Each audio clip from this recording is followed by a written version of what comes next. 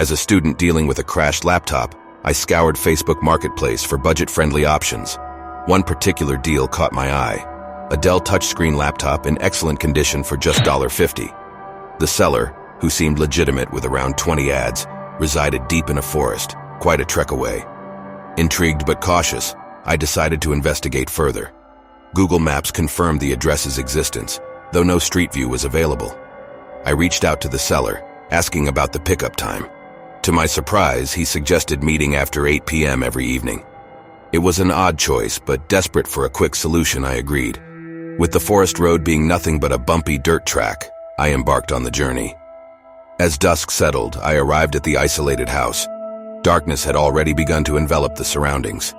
When my messages went unanswered, I mustered the courage to call. A cell phone's ringtone echoed from within, jolting me.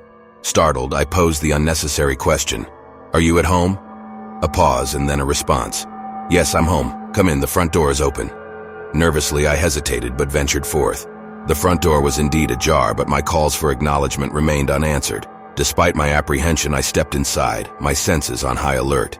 There was an eerie silence, and I couldn't shake the unsettling feeling that something was off. I called out again, but the void greeted me. A gnawing sense of danger intensified, urging me to prioritize my safety over the laptop. With a final glance around, I retreated to my car. As I reversed, the reality of my escape hit me.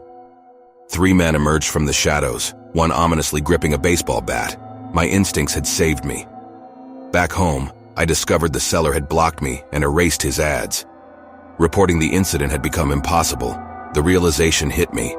I had brushed against something far more sinister than a mere scam. My heart raced as I reflected on the perilous encounter. In the days that followed, my gratitude for trusting my gut grew exponentially. I shared my story with friends, vowing to raise awareness about potential dangers lurking online. The chilling memory served as a stark reminder that desperation must never compromise our safety. While the laptop remained elusive, the lessons learned were invaluable. In a world of tempting deals and seemingly harmless transactions, I emerged wiser, my skepticism sharpened. The forest encounter served as a cautionary tale, teaching me to approach even the most enticing opportunities with vigilance.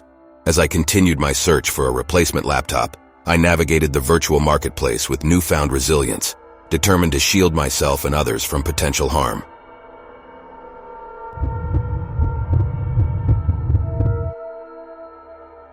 My name is Sandra, and my husband David and I had just moved into our new home. The place was filled with memories from our old house, so we decided to sell some things on Facebook Marketplace to make a little extra money. One of the items we put up for sale was our old kitchen table. It was a big piece, too big for our new place, so it had to go. One Friday evening, things took a strange turn. I got a message from a man who was interested in buying the kitchen table. He wanted to pick it up at 6 p.m. and I agreed. Seemed like a straightforward transaction. But then he asked if I was home alone. Without thinking much, I told him that my husband wouldn't be home until 8 p.m. He replied with a smiley face, which made me feel a bit uneasy later on. As the sun started to set around 5 o'clock, a strange feeling crept over me. It was like someone was watching me, and I couldn't shake it off. I glanced at my phone and saw that the garden cameras left by the previous owners due to burglaries in the area had detected movement 4 times. 4 out of 5 cameras had picked up something in the garden. Panic set in. My husband wasn't going to be back for another 3 hours, and the realization hit me. I was alone, and something was definitely not right. I rushed upstairs to the bedroom, hoping to find safety in the higher floor. I tried to calm my racing heart, but the fear was still there, gnawing at me. Then another message came in from the guy who was supposed to buy the table.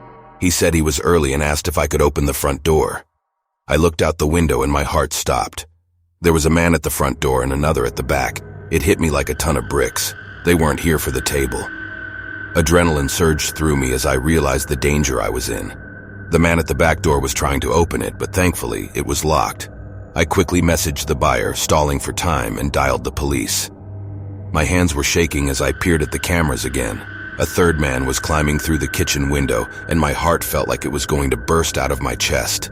Desperation kicked in, and I locked the bedroom door, hoping to keep myself safe. From the other side of the door, I could hear the 2 men who had managed to get inside. They were yelling, banging on doors, and the sound was bone-chilling.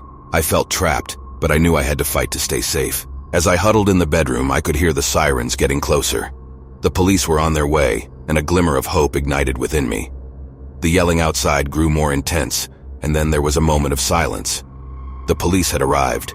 Relief flooded over me as I heard their firm voices and saw the flashing lights outside. Unlocking the bedroom door, I ventured out cautiously. 2 men were in handcuffs, their weapons taken away. The third man had escaped, leaving behind a trail of chaos. I felt a mix of emotions, fear, relief, and a sense of empowerment. I had made it through a nightmare. The police assured me that things were under control, and I finally allowed myself to breathe. I looked around at the mess the intruders had made and realized how close I had come to a different outcome. The old kitchen table, the reason for this ordeal, felt like a distant memory. What mattered now was the safety of my new home and the realization that I had the strength to protect myself. In the aftermath, as my husband arrived and the police finished their work, I hugged him tightly. The events of the evening had shaken me to my core, but they also made me realize my own resilience. I knew that I would never take my safety for granted again, and I would always trust my instincts, no matter how simple a situation seemed. If you enjoyed this video, don't forget to like and subscribe to my channel.